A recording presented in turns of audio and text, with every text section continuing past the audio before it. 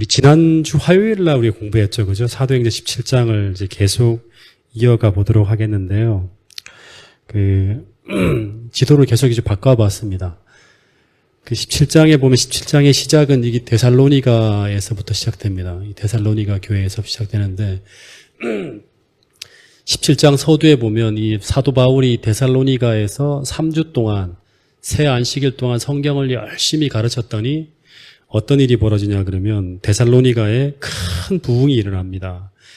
그런데 이제 17장 5절에 보면 이제 유대인들이 이 바울의 선교를 방해하면서 이 폭도들을 동원해서 막 폭동이 일어납니다. 그래서 바울이 이 데살로니가 성을 탈출을 해요. 그래서 데살로니가를 떠나서 이 한 80km 떨어져 있어요. 남쪽으로. 80km 떨어져 있는 이 베레아라는 작은 도시로 들어갑니다. 이 전체가 다 마게도니아라는 어떤 하나의 주예요.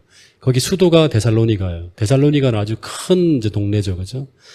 그리고 두 번째로 큰 도시가 빌립보라 그럽니다. 예, 당시에. 근데 이 베레아라는 동네는 비교적 조용한 동네라서 어떻게 보면 소리 없이 작게 이렇게 뭔가 복음 사역을 시작할 거라 생각을 하고 들어갑니다. 그래서 이들이 이 베레아에서 유대인들이 있는 회당을 찾았고, 그리고 바울이 다시 설교를 시작하면서 막 설교를 하는데, 근데 11절에 보면 아주 유명한 성경절이 나오죠. 그죠? 이 베레아 사람들은 데살로니가에 있는 사람들보다 어떤 사람들이다? 더 신사적이다 말이죠. 그래서 이 성경에서의 신사라는 말이 여기서 이제 나오는데, 이 신사라는 말은 귀족적이다, 배움이 있다, 교양이 있다, 뭐 이런 의미예요. 근데 이 베레아 사람들은 더 시골이잖아요. 그죠?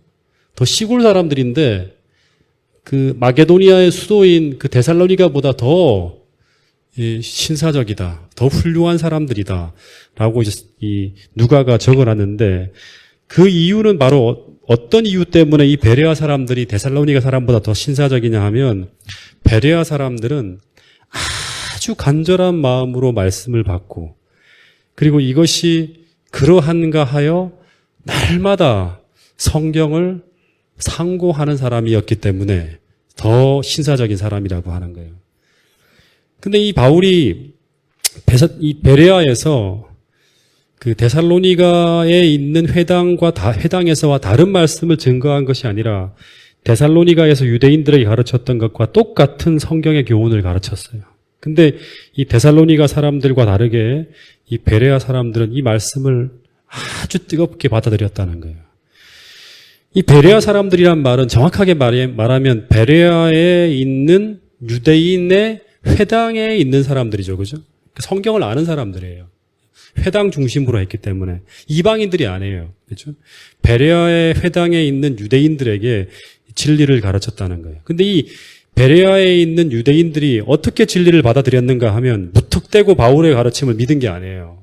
저 사람 참 좋은 사람 같아 하고 이렇게 해서 믿은 게 아니라 진리로 제시된 그 말씀을 성경을 통해서 고찰을 하고, 그죠? 성경을 통해서 고찰을 하고 살펴봐서 그것이 진리로 확인된 다음에 마침내 그들이 발견한 그 진리를 따름으로써 이제 믿음을 받아들였다고 하는 거예요.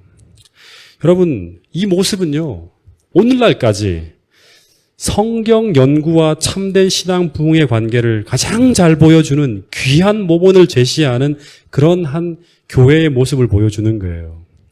그래서 12절에 보면 이런 건전한 성경 연구가 막 진행될 때 그 중에 믿는 사람들이 아주 많고, 그 중에 어떤 사람들 중에서는 헬라의 아주 귀부인과 적지 않은 남자들이 포함되었다는 그런 이야기를 합니다. 이건 부흥이 일어났다는 거죠. 다시 말해서 매일 부지런히 성경을 연구한 결과 많은 사람이 복음 기별을 믿게 되는데, 근데 이 모습은 어떤 모습인가 하면 제가 생각해 보니까 그 재림교회가 세워질 당시에 윌리엄 밀러의 재림운동 당시의 부흥의 모습, 똑같은 모습이에요. 그리고 그 이후에 재림운동 이후에 안식일 준수 재림신도가 만들어질 때 그 모습도 이 똑같은 모습이에요. 성경을 밤낮 없이 연구하고 토론하고 이야기하면서 그 진리에 동의하는 사람들이 쭉 모여드는 거예요. 다시 말해서 처음 재림교회가 세워질 때의 모습이 전부 베레아에서 벌어졌던 그와 동일한 이제 말씀 중심으로 한 신앙 부흥의 모습이 바로 재림교회가 세워질 당시의 초창기 모습이었고, 재림교회가 부흥되려 그러면 반드시 이런 모습으로 계속 교회가 가야 한다는 거예요.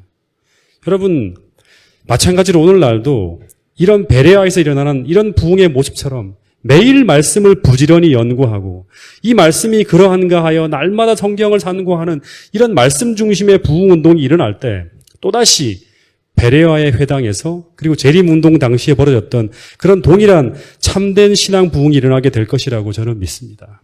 그리고 그런 부흥운동의 절정에 뭐가 오는가 하면 약속된 늦은 비 성령이 역사한다는 거예요.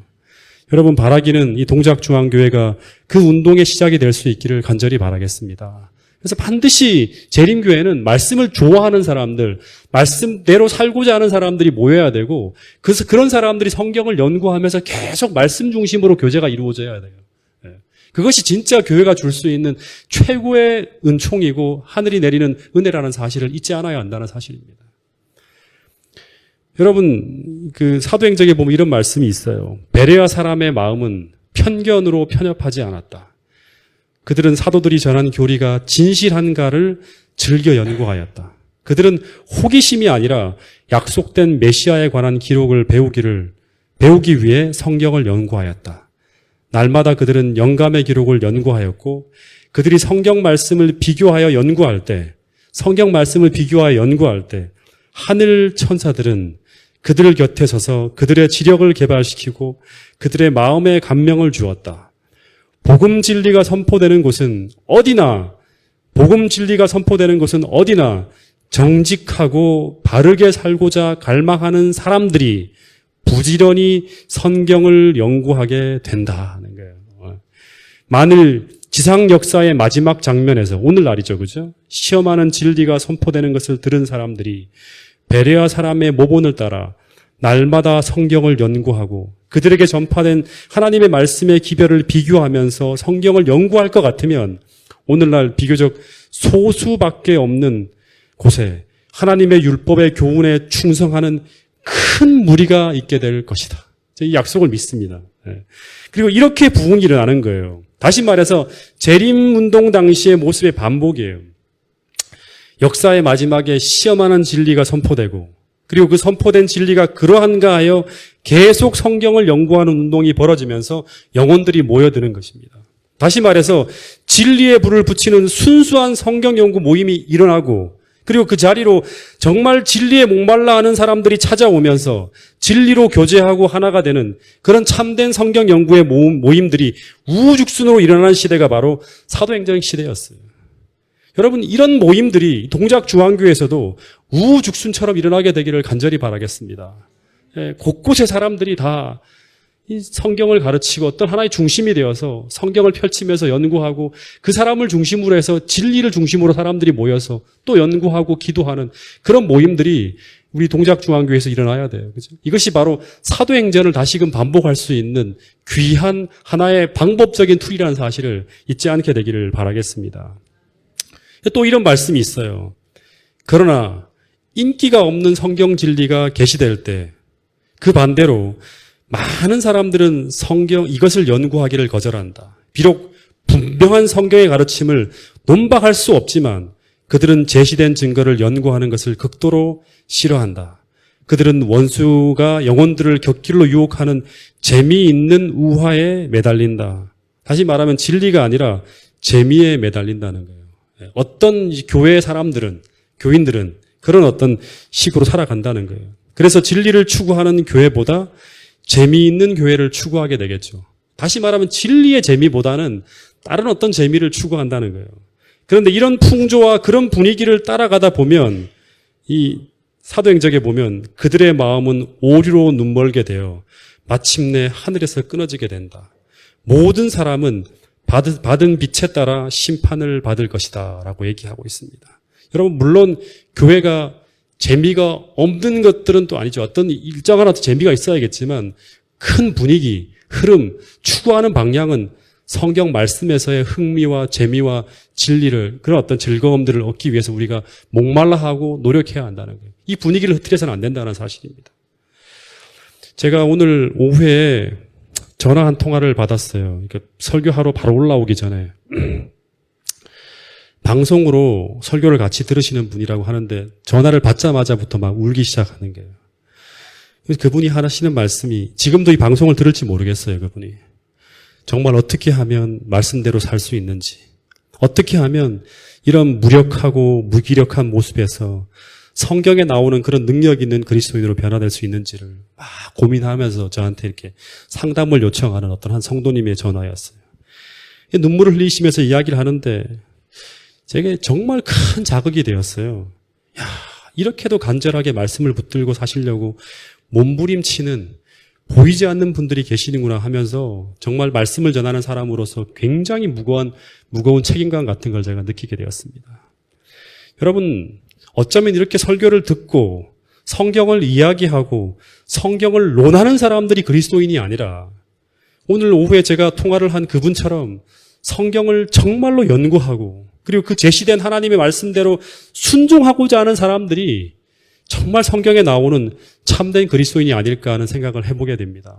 사도행전에 나오는 사람들은 그런 사람들이었어요. 그런 사람들이 성경의 역사를 주도해가는 사람이 되는 거예요. 하나님께서 쓰시는 진짜 도구가 되는 거예요. 피상적으로 성경을 그냥 얄팍하게 듣고 그냥 대충 살아가는 게 아니라 이 진리의 말씀에 목숨을 걸고 살아가는 사람들, 날마다 눈물 흘리면서 사도행전에 나오는 그 사람이 오늘 내가 되게 해달라고 성령을 구하는 그런 사람들이 진짜 하나님께서 쓰시는 마지막 시대 하나님의 도구가 된다는 거예요. 그리고 그 사람들이 바로 마지막 시대에 오늘 우리라고 말할 수 있는 역사의 남은 자라고 얘기하고 있습니다. 여러분, 그래서 오늘 우리는 일반 다른 교회, 일요일 교회 사람들하고 다른 스피릿으로 성경을 대하고 받고 살아가야 한다는 사실을 잊지 않게 되기를 간절히 바라겠습니다.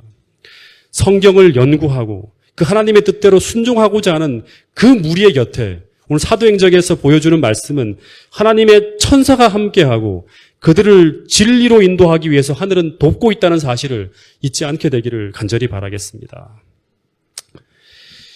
다시 본문으로 돌아가 보면 이제 이 말씀을 연구하면서 부흥하던 이 베레아 회당에 문제가 터졌는데 그것은 바로 13절에 보면 베레아에 살고 있는 유대인들이 아니죠. 그렇죠? 80km 떨어진 어떻게 보면 이 먼 거리에 있는 이 데살로니가 사람들이 이 베레아까지 내려옵니다. 예, 베레아까지 내려와서 똑같이 거리의 무리들을 선동해서 폭동을 일으키는 거예요. 예, 참 대단한 사람들이죠. 그죠? 그래서 13절에 보면 이 베레아에서 큰 소동이 일어나면서 또다시 바울은 이곳을 떠나야 될 수밖에 없는 상황이 벌어집니다. 13절, 14절부터 한번 읽어볼까요? 13절, 14절 사도행전 17장 시작. 유대인들은 바울이 하나님의 말씀을 베레아에서도 전하는 줄을 알고 거기도 가서 무리를 움직여 소동하게 하거늘 형제들이 곧 바울을 내보내어 바다까지 가게 하되 실라와 디모데는 아직 거기 머물더라. 예. 그러니까 이 베레아에서도 하나님 말씀을 바울이 전하는데 굉장히 뜨겁게 부흥했겠죠. 그러니까 이 소식이 아마 데살로니가까지 퍼진 거예요. 그래서 그 사람들이 내려온 거예요, 밑으로까지. 그래서 거리에 무리를 막 움직여서 소동케 하니까 그 데살로니가에 있는 형제들이 바울을 내어 보내어 바다까지 가게 하되 실라와 디모데는 아직 거기에 유한다는 건 뭐예요? 예? 베레아에 유하는 거죠. 그러니까 사도 바울 혼자 떠나가는 거예요. 그래서 이 베레아에 이제 실라와 디모데는 베레아에 남고 바울은 홀로 배를 타고 아테네로 떠나가게 되는 거예요. 그러니까 우리가 조금 이게 스토리고 역사이기 때문에 이제 우리가 나중에 기억을 하고 가르치고 하려 그러면 조금 이제 공부를 해야겠죠. 그죠? 이 트로이에서 건너올 때는 누가 건너왔죠? 몇 사람? 에이, 우리 집사님 모범생입니다. 누구죠? 이름을 내봅시다. 트로아에서 이제 2차 선교 여행할 때 건너온 사람이 바울이 선교 단장이고 그 다음에 그 사람과 함께 했던 예루살렘에서 파송된 선지자 누구예요? 실라. 예. 그리고 루스드라에서 그 가담한 헬라 출신, 아버지는 그 헬라 출신이고 어머니는 유대인인 사람, 유명한 디모데. 그리고 드로아에서 같이 협력한 누가, 이렇게 네 사람이 트로이에서 이렇게 건너가는 거예요. 근데 빌립보에서 선교를 하고 난 다음에 두 사람이 남죠, 이게. 누가가 남고, 그리고 또 누가 남죠? 예? 누가 남죠? 디모데가 남았죠. 그러다가 이 베레아에서 아테네로 넘어오기 바로 직전에 빌립보에는 누가 있냐 그럼 누가가 남고 디모데가 합류합니다. 다시 베레아로. 그래서 이 베레아에서 이제 여기 성경에 보면 실라와 디모데는 베레아에 남고 이 바울 혼자 아테네로 쭉 건너가는 거예요. 그러니까 지금 이제 이 상황을 보면 지금 빌립보에 누가 있다? 지금 여기 상황에 보면 사도행전 17장 이 상황에 보면 빌립보에는 누가가 있고 베레아에는 실라와 디모데가 남고 아테네에는 바울 이렇게 다 뿔뿔이 흩어지는 거예요. 예. 이런 상황이 지금 되는 거예요. 그 원래는 사도 바울은 이렇게 육로로 해서 이렇게 이제 아테네로 가려고 생각을 했대요. 근데 지금 상황이 이상하게 터지면서 급변해지면서 배를 타고 이렇게 아테네로 가는 거예요. 아테네. 어떻게 이제 어쨌든 이렇게 해서 이 바울은 그리스의 가장 중심 도시인 아테네로 들어가는데 그 아테네에 도착했을 때 이제 바울을 아테네까지 데려다 놓고 돌아가는 이 베레아 교인들에게 바울이 이런 말을 해요. 아주 이상한 말을 합니다. 15절을 한번 읽어보겠습니다. 15절 시작.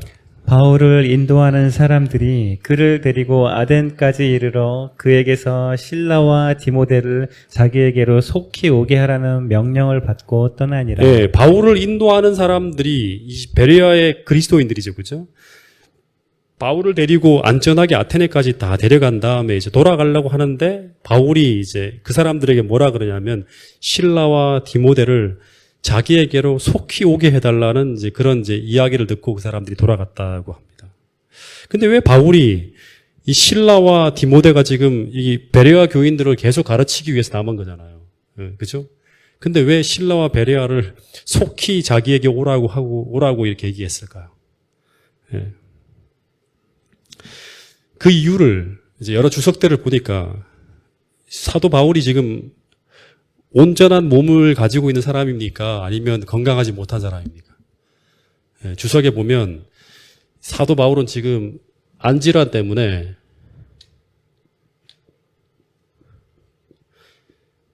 앞을 잘 볼 수가 없는 사람이었대요. 혼자 여행을 하거나 혼자서 어떤 일을 할 수가 없는 상태라 그럽니다. 예. 그래서 우리가 진짜 주목해야 될 게 뭐냐 그러면 바울은 지금 온전한 몸 상태가 아니라 눈도 불편하고 그리고 제가 혹시 여러분 기억하실지 모르겠어요. 제가 이 교회에 와서 두 번째 가르쳤던 게 갈라디아서거든요. 근데 갈라디아서의 마지막 장에 보면 그 6장 11절인가에 보면 사도 바울은 심한 고문과 박해로 인해서 손이 손상돼요. 손이. 그래서 필기 능력에 문제가 생겨요. 예. 혹시 기억하세요? 같이 그때 갈라디아서 공부하신 분들은 기억할지 모르겠는데. 그래서 이런 불편함과 어려움 때문에 사도 바울은 여러 가지 정상적인 생활을 혼자 하기가 어려운 상황이에요. 그래서 항상 수행원들을 데리고 다니는 거예요. 그런데도 이런 불편함과 어려움 가운데도 바울은 쉬지 않고 계속 복음을 위해서 공격적인 선교를 하는 거예요. 그래서 몸이 하나하나 상해갈 때마다 바울은 그것을 보고 어떻게 하냐 그럼 마음을 아파하고 슬퍼하는 것이 아니라 도리어 그 모든 것을 다 뭐라 그러냐 그러면 이것은 바로 예수의 흔적이라고까지 고백하는 거예요. 제가 그런 사실들을 생각하면서 이렇게 바울을 보게 되면 이 바울은 진짜 열정에 사로잡힌 사람이에요. 말씀에 사로잡히고 성령에 사로잡힌 자의 한 모습이 사람을 어떻게까지 만들어갈 수 있는가를 보여주는 하나의 모습이라고 생각이 됩니다. 여러분 그래서 이 바울이 태생적으로 가지고 있는 열정만이 아니라 말씀에 사로잡히고 성령에 사로잡히면 어떤 사람으로 하나님 우리를 만들어줄 수 있는가를 보여주는 하나의 모델이 바로 사도 바울이라고 생각이 듭니다. 그래서 오늘 우리도 성령에 사로잡혀 있게 되면 우리의 마음도 이렇게 주를 위해서 복음을 위해서 몸과 생명과 마음까지 불태울 수 있는 이런 아름다운 그리스도인의 모습으로 우리가 변화될 수 있다고 사도행전은 계속 우리에게 얘기하고 있는 거예요. 갈라디아서 6장을 한번 읽어볼게요.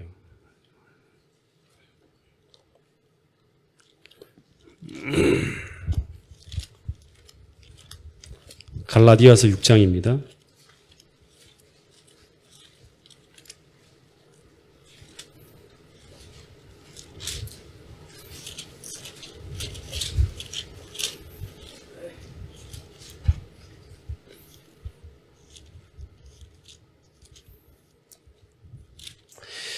11절에 보면 이제 사도 바울이 성령에 대한 얘기를 쭉 다 하고 난 다음에 내 손으로 이렇게 큰 글자로 쓴 것을 보라고 합니다. 사도 바울이 헬라어를 그냥 서툴게 쓰는 게 아니라 원래는 잘 쓸 수 있는 사람인데 손이 제대로 안 움직여지니까 큰 글씨로 이렇게 쓴 거예요.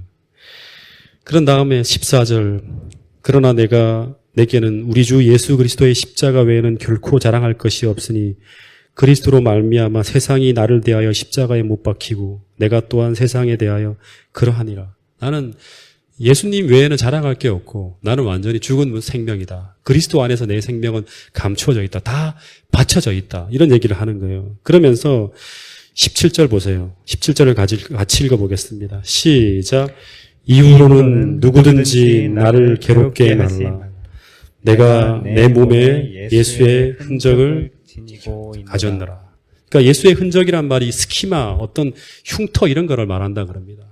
눈도 지금 제대로 못 쓰고 손도 제대로 지금 정상적으로 영구적인 손상을 당해갖고 지금 제대로 필기 능력도 안 되는 그런 모습이 다 뭐 때문에 왔냐 그러면 예수님 때문에 다 왔다는 거예요. 자기는 이것을 예수의 흔적이라 생각하고 평생 감사하며 살아간다는 거예요. 여러분 오늘 우리 모두도 그냥 사도 바울의 이야기를 보면서 그냥 야, 참 훌륭한 사람이다라고 생각하는 게 아니라 이 사도 바울을 따랐던 디모데, 실라, 그다음에 이 누가 이런 사람들처럼 우리도 이 사도 바울이 가지고 있는 그러한 어떤 정신, 이런 어떤 모습들을 우리가 본받기 위하여 하나님께 그 능력을 구하고 그런 열정과 그런 마음을 달라고 기도할 수 있는 저와 여러분들이 될 수 있기를 간절히 바라겠습니다. 어쨌든 이런 불편한 가운데 이 바울이 선교 여행 중에 처음으로 동역자 없이 이 홀로 아테네로 들어갑니다. 여러분 이 아테네는 당시 어떤 곳인가 하면 로마 당시에 이 아가야 지역이라 그럽니다. 성경에 보면 아가야라는 말이 많이 나오죠. 그죠? 아가야 지역의 한 도시로 편입되어져 있고 로마 제국에서 대학 도시로 평가되는 학문과 문화의 중심 도시가 바로 이 아테네입니다. 인구는 당시 한 25만 명 정도 된다 그럽니다. 근데 이 아테네가 얼마나 유명한 도시냐 그러면 우리가 뭐 어릴 때부터 들어서 알 거예요. 소크라테스, 그다음에 플라톤, 아리스토텔레스로 이어지는 유럽의 모든 철학과 지성의 중심지가 바로 아테네입니다. 네. 근데 이 사도 바울이 이런 아테네에 그 누구의 조력자도 없이 혼자 딱 머무는 거예요. 근데 이때의 바울의 상황을 사도행전에 보면 이렇게 묘사하고 있습니다. 아테네 성읍은 이교국의 중심지였다. 이방의 어떤 중심지였다. 이곳에서 바울은 루스드라와 같이 무지하고 잘 속는 민중이 아니라 지성과 교양이 매우 훌륭한 백성들을 만났다. 도처에 있는 그들 신의 형상과 신격화된 역사와 시의 영웅들의 조상이라는 건 이게 하나의 동상이에요. 그죠? 시선을 끌었고 한편 장엄한 건축물과 그림들은 민족의 영광과 널리 성행하던 이교신의 숭배를 나타내었다. 그러니까 한마디로 하면 바울이 주 아테네에 들어가서 이렇게 이제 희릿한 눈으로 보는데 어떻게 보면 눈이 희둥그레질 정도로 화려하고 아름다운 도시를 바라보면서 한편으로는 세계의 변방이잖아요. 그죠? 변방에서 온 이 사도 바울이 굉장히 위축될 수도 있었을 것 같아요. 제가 초등학교 2학년 때 서울에 처음 올라왔어요. 초등학교 2학년 전까지는 서울을 계속 이야기만 들었어요. 근데 이 서울에 있는 이모의 집에 올라올 때 딱 이제 청량리역에서 내려갖고 이제 이모 집까지 쭉 차를 타고 가는데 시내 보는데 막 평생 처음 보는 그 높은 건물을 보면서 막 눈이 휘둥그레지는 거예요. 그리고 도로가 얼마나 넓은지 그리고 수많은 차들이 왔다 갔다 하는데 진짜 평생 처음 보는 어떤 그런 장면이었어요. 그리고 많은 사람들을 보는데 이 시골에서 태백에서 있던 그런 아줌마들이나 아저씨들하고 전혀 다른 아주 세련된 옷을 입은 수많은 사람들을 보면서 이 시골 촌구석에서 올라온 제가 아주 주눅이 들어갔고 사촌 형들 사이에서 이렇게 얘기를 하는데 한마디 말도 못했어요. 혹시 내가 말만 하면 촌티가 날까봐 말도 못하고 이렇게 숨죽이고 있었던 기억이 납니다. 마찬가지로 이 유럽 문명의 중심지인 이 그리스 아테네에서 본다 그러면 이스라엘은 완전히 변방이에요. 근데 성령 충만함으로 성령에 사로잡힌 바울은 그곳에서 어떻게 보면 몸도 온전치 못하죠, 그죠? 그런 몸을 가지고 있어도 홀로 있어도 전혀 위축됨이 없이 자동적으로 어떻게 하냐면 이렇게 선교를 했다 그럽니다. 16절부터 18절 한번 읽어볼게요. 시작.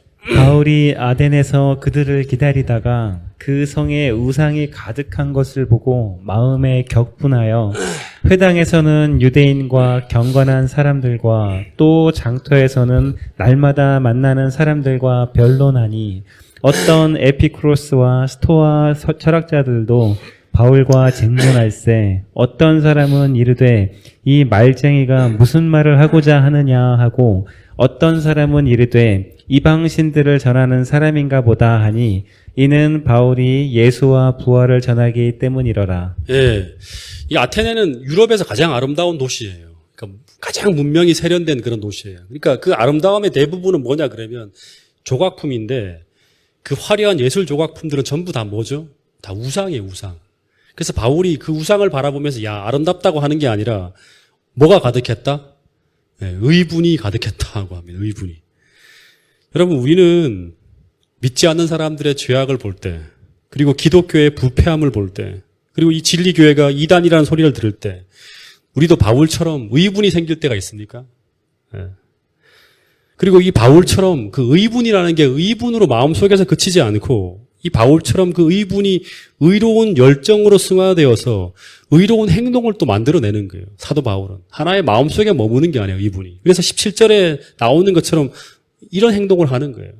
그 17절에 보면 사도 바울이 의분이 가득해서 어떻게 하는가 하면 이 눈도 잘 안 보이는 사람이 먼저 유대인 회당에 들어가고 또 저자거리에서 나와서 저자거리라는 건 이게 하나의 길거리죠, 그죠? 나와갖고 날마다 만나는 사람들과 만나서 뭐 하는가 하면 토론하고 설교하면서 막 전도를 하는데 거기서 만나는 사람들과의 접촉이 전부 다 어떤 의미 있는 어떤 하나의 그 이야기들을 만들어 가는 거예요. 그래서 그 중에서 사도 바울이 이제 아테네에서 만나는 사람들은 어떤 사람들인가 하면 옛날에 저기 그 북갈라디아 지방에서 루스드라라든가 이고니온 이런 사람들과 전혀 다르게 아테네 최고 철학자들과 불꽃 튀는 이제 토론이 벌어집니다. 근데 여기에 보니까 이제 이 아테네 철학자 중에 두 이름이 나오죠. 그죠? 하나는 뭐예요? 에비 뭐라 그러죠? 에비구레오라 그러죠. 근데 이 에비구레오는 우리 그 채은이가 아마 아직도 쌩쌩하니까 이거를 요즘의 말로 바꾸면 어떻게 되지? 에피쿠로스라고 그래요. 에피쿠로스 학파라 그래요. 에피쿠로스 학파라 그래갖고 이 그리스 당시에 이제 그리스 철학에서 양대 산맥이라고 하는 게 두 개의 학파가 있는데 하나는 에피쿠로스 학파고 또 하나는 스토아 학파라 그럽니다. 스토이고라 그러죠. 여기서는 그죠. 번역됐죠. 그죠? 이 사람들은 쾌락을 최고의 선으로 추구하는 사람들이고 스토아 학파는 이 금욕주의적인 어떤 그런 삶을 최고의 선으로 추구하는 그런 학파예요. 이걸 위해서 계속 끝없이 학문으로 연구하면서 자기의 주장을 이제 펴나가는 사람들이에요. 근데 이 사람들을, 이 그리스도를 대표하는 철학자 집단들과 이제 바울이 혼자서 정면으로 대결하면서 기독교의 가르침을 막 소개하는데, 근데 결과가 어떻게 나타나는가 하면, 먼저 1차적인 결과는 뭐냐 그러면, 이 아테네에서 바울과 토론을 벌인 많은 사람들이 이 바울이 뭔가 지식을 가지고 있다는 사실을 느끼면서 이 아테네 지식인들이 이 바울을 가지고 뭐라 그러냐면 이 말장이가 무슨 말을 하는지 한번 들어보자 하면서 이 바울을 데리고 어디로 가는가 하면 아레오바고라는 광장으로 데려갑니다. 그래서 그 가르침을 청중들 앞에 한번 소개할 기회를 주는 거예요. 그래서 이 사도 바울이 아레오바고 광장에서 수많은 사람들 앞에서 자신이 가진 종교와 사상을 소개할 수 있는 기회를 다 얻게 됩니다. 그래서 바울이 얼마나 많이 연구를 했을까요? 얼마나 많이 긴장을 하고 준비를 하고 섰겠어요. 그죠? 그래서 이 사도 바울이 그동안 자기가 가르쳤던 방법과 이 정반대로 이제부터는 아테네 사람들의 지성에 파고들 수 있는 언어와 사상으로 새롭게 이제 자기의 어떤 그런 이 선교의 툴을 재정비하는 거예요. 그래서 바울이 뭐라 그러냐면 이제 그 고린도 후서인가에 보면 내가 논리에는 논리로, 철학에는 철학으로, 웅변에는 웅변으로 대처하면서 다양한 방법으로 복음을 증거했다 그러는데 그 하나의 방법이 바로 뭐냐 그러면 아테네에서 전하는 방법이에요. 제가 사도 바울의 이 모습을 보면서 어떤 생각을 했는가 하면 첫 번째는 이 사람이 얼마나 예수님의 사랑에 사로잡힌 삶을 살고 있는가를 느꼈어요. 사도 바울은 지금 자신의 출신, 그리고 자신의 외모, 자신의 처지, 자신의 부족함, 내가 얼마나 모자란 사람들일까 이 사람들 앞에 선다 그러면 한 번도 만나보지 못한 어떻게 보면 하버드 대학의 최고의 교수들 앞에서 이 어떻게 보면 서울의 조그마한 어떤 그 이름 없는 어떤 하나의 곳에서 그 하나의 종교를 공부한 사람이 그 앞에 서서 뭐 하는가 하면 발표를 하는 거예요. 얼마나 빈틈이 많을까 이런 두려움 같은 걸 느낄 수 있잖아요. 그죠? 근데 그런 거 하나도 없이 오직 앞으로 달려가야 될 그 예수 그리스도의 복음을 증거하는 그 하나의 목적에만 사로잡혀 있는 사람이 바로 누군가 하면 사도 바울이에요. 그러니까 하나도 개의치 않는 거예요. 준비만 주어지면 최선을 다해 서서 그냥 설교하는 거예요. 던지는 거예요. 자기를 내던지는 거예요. 여러분, 그리고 이 바울이 얼마나 열심히 말씀을 전하기 위해 연구한 사람인지를 또 생각하게 보게 되었어요. 왜냐 그러면 이 아레오바고에서 설교를 하려면 헬라 철학에 대해서도 어느 정도 정통하고 있어야지만 가능한 거예요. 왜냐 그러면 그것과 비교해서 기독교에 대해서 전해야 되는 거예요. 네. 근데 어쨌든 이제 세계 최고의 지성이 모여있는 이 아레오바고에서 바울이 전하는 그 기별을 조금만 한 5분 정도만 더 우리가 다루고요. 그리고 다음 내용들은 또 그 다음 시간에 좀 다루도록 하겠습니다. 먼저 한번 읽어볼게요. 사도행전 17장 22절부터 34절입니다. 자, 좀 긴 내용인데 한번 읽어보겠습니다. 시작. 바울이 아레오바고 가운데 서서 말하되 아덴 사람들아 너희를 보니 범사에 종교심이 많도다. 내가 두루 다니며 너희가 위하는 것들을 보다가 알지 못하는 신에게라고 새긴 단도 보았으니 그런즉 너희가 알지 못하고 위하는 그것을 내가 너희에게 알게 하리라. 우주와 그 가운데 있는 만물을 지으신 하나님께서는 천지의 주제시니 손으로 지은 전에 계시지 아니하시고 또 무엇이 부족한 것처럼 사람의 손으로 섬김을 받으시는 것이 아니니 이는 만민에게 생명과 호흡과 만물을 친히 주시는 이심이라. 인류의 모든 족속을 한 혈통으로 만드사 온 땅에 살게 하시고 그들의 연대를 정하시며 거주의 경계를 한정하셨으니 이는 사람으로 혹 하나님을 더듬어 찾아 발견하게 하려 하심이로되 그는 우리 각 사람에게서 멀리 계시지 아니하도다. 우리가 그를 힘입어 살며 기동하며 존재하느니라.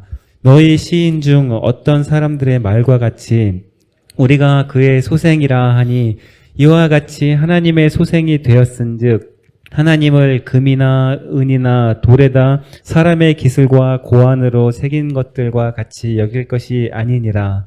알지 못하던 시대에는 하나님이 간과하셨거니와 이제는 어디든지 사람에게 다 명하사 회개하라 하셨으니 이는 정하신 사람으로 하여금 천하를 공의로 심판할 날을 작정하시고 이에 그를 죽은 자 가운데서 다시 살리신 것으로 모든 사람에게 믿을 만한 증거를 주셨음이니라 하니라. 그들이 죽은 자의 부활을 듣고 어떤 사람은 조롱도 하고 어떤 사람은 이 일에 대하여 내 말을 다시 듣겠다 하니 이에 바울이 그들 가운데서 떠나매 몇 사람이 그를 가까이하여 믿으니 그 중에는 아레오바고 관리 디오누시오와 다말이라 하는 여자와 또 다른 사람들도 있었더라. 예, 쫙 설교를 하고 나면 이게 긴 내용이지만 어떻게 보면 훨씬 더 많은 시간들을 이렇게 설교했겠죠, 그죠? 그 설교의 결과가 어떤 사람들은 조롱하고 어떤 사람들은 네 말을 내가 다시 듣겠다 하기도 하고 또 어떤 사람들은 하여튼 가까이 하면서 믿는 사람도 있었다 그럽니다. 근데 이제 사도 바울이 이제 헬라 사람들과 앞에 서서 설교할 때 그 첫 번째 이야기가 어떤 이야기인가 하면 이 헬라 사람들이 온갖 신을 다 섬기면서 수많은 우상의 신전을 둔 모습을 보면서 뭐라고 하죠? 공격적으로 막 나가는 게 아니라 뭐라고 하죠? 처음에는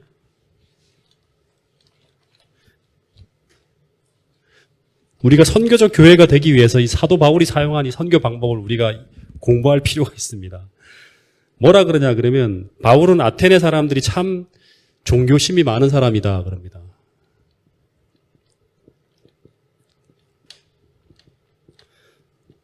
이 우상숭배가 즐비한 모습을 보면서 너희들 지옥 자식이다. 너희들 다 헛된 걸 경배하고 있다 하고 이렇게 공격하는 게 아니라 이 모습을 보면서 종교심이 참 많다라고 이야기를 하는 거예요. 이 말은 어떤 의미인가 하면 우상숭배로 가득 찬 그 도시 사람들을 보면서 그걸 비난하지 않고 오히려 그 아테네 사람들이 모든 형태의 신을 알고자 노력하는 모습을 칭찬하면서 연설을 시작했다고 합니다. 그렇게 시작한 거예요. 여러분 우리가 선교를 할 때 바울이 가진 이런 감각을 가지고 선교를 할 수 있었으면 좋겠습니다. 다시 말해서 바울은 우상숭배에 대해서는 의분이 가득했잖아요. 그죠? 의분이 가득해서 이렇게 막 저작거리러 나가서 유대인 회당에 가서 막 토론을 했지만 그러나 그 의분을 그것이 죄인지도 모르고 섬기는 그 선교의 대상인 아테네 청중들에게는 드러내지 않고 오히려 청중들에게 더 가까이 다가가기 위해서 그들의 마음을 먼저 사려고 애를 쓰면서 강연을 시작했다고 하는 거예요. 이게 설교하고 전도하고 하는 모든 사람들에게 있어서 굉장히 중요한 첫 번째 방법입니다. 다시 말해서 바울은 굉장히 강경하고 원칙적인 사람이지만 선교를 할 때는 상당히 청중들의 마음에 주의하면서 그들의 마음을 먼저 얻으려 했다는 거예요. 그러면서 바울이 하는 말이 23절에 보면 이곳에 와보니까 뭐가 많다? 이곳에 와보니까 온갖 신전들이 많은데 그 중에서 알지 못하는 신에게 하는 제단이 있는 것을 보았다 그럽니다. 제우스 신전, 무슨 헤르메스 신전, 아폴로 신전, 뭐 수많은 이제 제단들이 많았는데 신을 섬기는. 근데 그 중에서 알지 못하는 신에게 하는 이렇게 제단이 세워져 있고 거기에 또 이렇게 경배하는 걸 제가 봤다는 거예요. 근데 그러면서 하는 말이 뭐냐 그러면 이 알지 못하는 신과 누구를 연결시키는가 하면 바울이 전하고자 하는 여호와 하나님을 연결시키는 거예요. 우리가 배워야 될 부분이에요. 다시 말하면 알지 못하는 신과 바울이 전하고자 하는 여호와 하나님을 연결해서 선교의 고리를 찾게 되는 거예요. 굉장히 지혜로운 거죠. 그죠? 어떻게 보면 세상의 모든 사람들은 다 하나님을 섬겨요. 그죠? 중국에서는 이 하나님을 뭐라 그러죠? 상제라 그러죠. 그리고 우리나라에서는 하느님이라 그러고, 그죠? 옛날부터 기독교가 들어오기 전에. 그죠? 그리고 뭐 옥황상제, 전부 다 혹은 뭐 여러 가지 표현을 통해서 세상을 다스리고 세상의 기원에 대해서 세상의 기원의 존재에 대해서는 잘 모르지만 그들의 의식 속에 존재하는 그 신과 하나님을 다 연결시키고 있어요. 그래서 서로 공유할 수 있는 지점을 찾아서 선교할 수 있는 기회를 찾는 거예요. 사도 바울처럼 우리도. 그죠?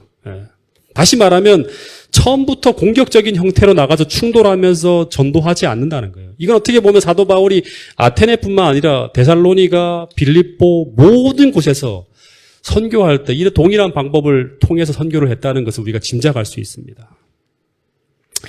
그래서 이 사도 바울이 알지 못하는 신이라고 하는 그 신과 하나님을 연결시키면서 이런 이야기를 합니다. 너희가 알지 못하는 신에게 하며 그 제단에다 경배해 왔는데 근데 너희가 알지 못하던 그 신을 이제 알려주겠다고 하면서 바울이 그 신에 대해서 누구다? 그 신이 바로 누구냐 그러면 지금까지 너희들이 알지 못했던 창조주 하나님이라고 하는 거예요.